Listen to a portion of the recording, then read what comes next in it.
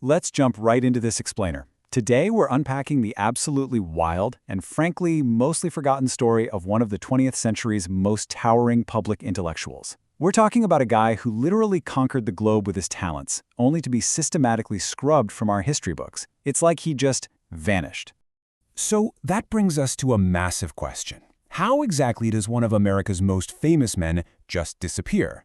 How does a globally adored athlete, artist, and scholar get completely erased from public memory? To figure that out, we have to look at this crazy collision of immense talent, unyielding political conviction, and, you guessed it, the intense paranoia of the Cold War era. Moving into Section 1, the Renaissance Man, defying the odds. To really get this defiance, we need to rewind to his early life. Paul Robeson was born in 1898 in New Jersey. His dad, William Drew Robeson, was actually a former slave who eventually became a Presbyterian minister. Now, growing up during a time of intense, in-your-face racism, his dad instilled in him this profound sense of pride, a real duty to challenge injustice, and a bedrock belief that he was equal to absolutely anyone. And, well, as we're going to see, Robeson took that foundation and built an absolute empire of achievement right on top of it. I mean, his early achievements were just staggering. He wasn't just good at one thing, he was ridiculously good at everything. He went to Rutgers University on a scholarship, only the third black student in their entire history, by the way. He ends up graduating as class valedictorian. He was a 12-letter athlete, a two-time All-American football player, a Phi Beta Kappa scholar, and part of the Cap and Skull Honor Society. Then, get this, he paid his way through Columbia Law School by playing in the NFL on the weekends. Yeah, the NFL. But here's a totally wild fact from the historical record. Even though he's widely considered one of the greatest college football players ever, Rutgers blatantly ignored his All-American status for decades. He was completely snubbed from the College Football Hall of Fame during the era when he should have been an absolute no-brainer lock. But despite all that brilliance, his legal career actually ended almost before it began. While he was working at a law firm, a white secretary straight up refused to take dictation from him and actually used a racial slur. When Robeson took this to the firm's partners, expecting them to have his back, they totally refused to support him. They basically told him he'd never be allowed to represent a white man in a legal matter. So, you know what he did? Without even a second thought, he just walked away from the legal profession entirely. Which brings us to Section 2, Rise to Global Stardom, a voice like deep bells. So having dabbled a bit in acting to pay the bills during law school, he ended up finding his true calling on the stage. In 1925, he makes literal history with the first concert in New York made up entirely of Negro spirituals. A music critic back then famously described his legendary bass baritone as a voice in which deep bells ring. On stage, there was only the sky to hold me back. This quote perfectly captures his immense confidence.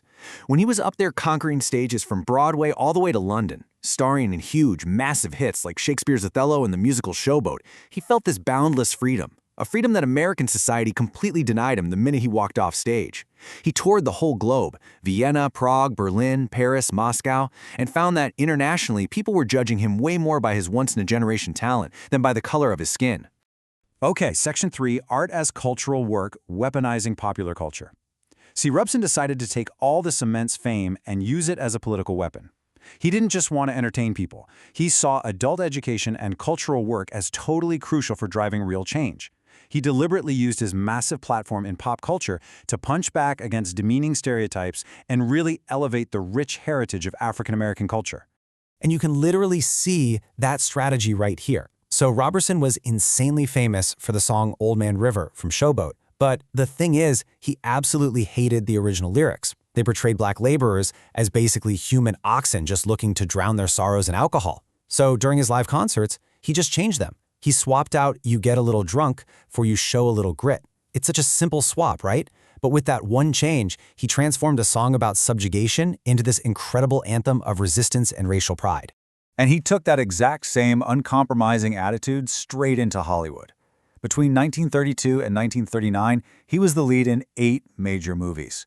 But right at the very peak of his Hollywood career, he just walked away. He flat out said that producers kept insisting on putting him in ridiculous, racist caricatures that were just there to amuse the white bourgeoisie. He famously said, "I am not interested in playing their game," refusing to take any more roles where a black man couldn't be shown coming out on top. Let's look at Section 4, Pan-Africanism and Socialism, Seeking Global Unity. This political awakening of his really hit its stride during his time in Europe. It's here that we see him start connecting the dots, linking the civil rights struggle of African Americans back home in the States to these massive international anti-colonial movements happening all over the globe. While he was hanging out in England, he actually studied at the London School of Oriental Languages and picked up African languages, like Swahili. He famously said that it was in England that he truly became an African. He figured out that to shatter white supremacist stereotypes, he needed to educate African Americans about their own deep, rich African heritage. He wanted to make sure they weren't viewed and didn't view themselves as just imitation Europeans. Around this same time, his economic philosophy really locked into place. Looking at the history neutrally here, Robeson firmly aligned himself with socialism. He believed that racism wasn't just individual prejudice, but a structural system deeply wired into the U.S. economic model. So the way he saw it, if you wanted a society completely free of racism, you had to dismantle capitalism at the same time.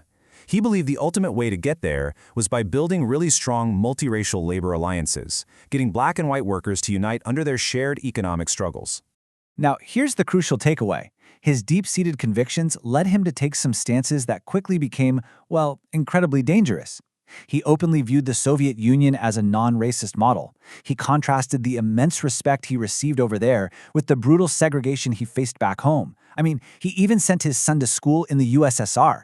He aggressively campaigned for multiracial union unity and threw his weight behind the 1948 Progressive Party. But the real flashpoint, as the Cold War started heating up, he steadfastly refused to disavow the Soviet Union. He actually saw the whole anti-Soviet push as just a way for the establishment to maintain the global status quo and pump the brakes on anti-colonial progress. Which brings us right into Section 5, the McCarthy-era backlash, the cost of conviction. The political weather in America was changing fast, and the establishment quickly flipped Paul Robeson from a celebrated public hero into public enemy number one. To really get how fast he fell, we have to talk about McCarthyism. This was an intensely reactionary period, fueled by wild anti-communist paranoia. Due process, basically out the window. Everyday citizens were losing their entire livelihoods over just whispers and rumors. So Robeson, with his super vocal criticism of U.S. policy, his intense civil rights activism, and his totally unapologetic support for the Soviet Union, he was uniquely vulnerable to government crosshairs. And his erasure? It happened incredibly fast. Check out this timeline. In 1949, at the Peekskill riots up in New York, white mobs threw rocks, yelled racial slurs, and literally burned his records in these violent protests against his concerts. The very next year, 1950, the U.S. State Department steps in and revokes his passport. That effectively placed him under virtual house arrest and instantly severed his global livelihood. Fast forward to 1956, and he's getting subpoenaed to testify before the House Un-American Activities Committee, or HUAC. He was completely blacklisted, ostracized, and totally shut out from television and the mainstream media. But what's truly mind-blowing is how he acted under all that intense pressure. Without any big organization backing him up, he single-handedly and passionately took on the U.S. government during that HUAC testimony. There's this moment where a committee member aggressively asks him, basically, if you like Russia so much, why didn't you just stay there? And Robeson fires back with this: because my father was a slave and my people died to build this country, and I am going to stay here and have a part of it just like you, and no fascist-minded people will drive me from it. Chills, right? Now for Section 6, an unyielding legacy, the price of principles. They did eventually give his passport back in 1958, but honestly, the damage was already done. His commercial career was completely in ruins, and failing health forced him to step out of the spotlight. He ended up living out his final years pretty quietly in Philadelphia until he passed away in 1976. To really wrap our heads around his legacy, we need to look at the company he keeps in the history books. Think about Martin Luther King Jr.'s fierce commitment to nonviolence, even when facing constant death threats, or Nelson Mandela's willingness to stare down decades in a prison cell, or Malcolm X's fatal split from the Nation of Islam. Robeson is right there with them. He sacrificed unimaginable wealth in global superstar fame, all for his principles. And it's fascinating. He took the exact opposite path of most highly successful artists. Usually, more money makes people more conservative, right? But for Robeson, the more wealth and fame he got, the more radicalized he became. He totally refused to let his personal success be used as some sort of proof that America had magically solved its race problem. We're going to wrap up this explainer with a question I really want you to chew on for a bit. Paul Robeson was the ultimate Renaissance man, an elite athlete, a towering intellectual, a globally recognized artist, and a fierce advocate for the oppressed. Yet for decades, his name was literally struck from the record. When history is written, who exactly gets to decide which heroes are celebrated and which ones are just erased? It's a pretty powerful reminder to always look a little deeper into the stories we aren't being told. Thanks for joining me on this deep dive, and keep questioning the history you think you know.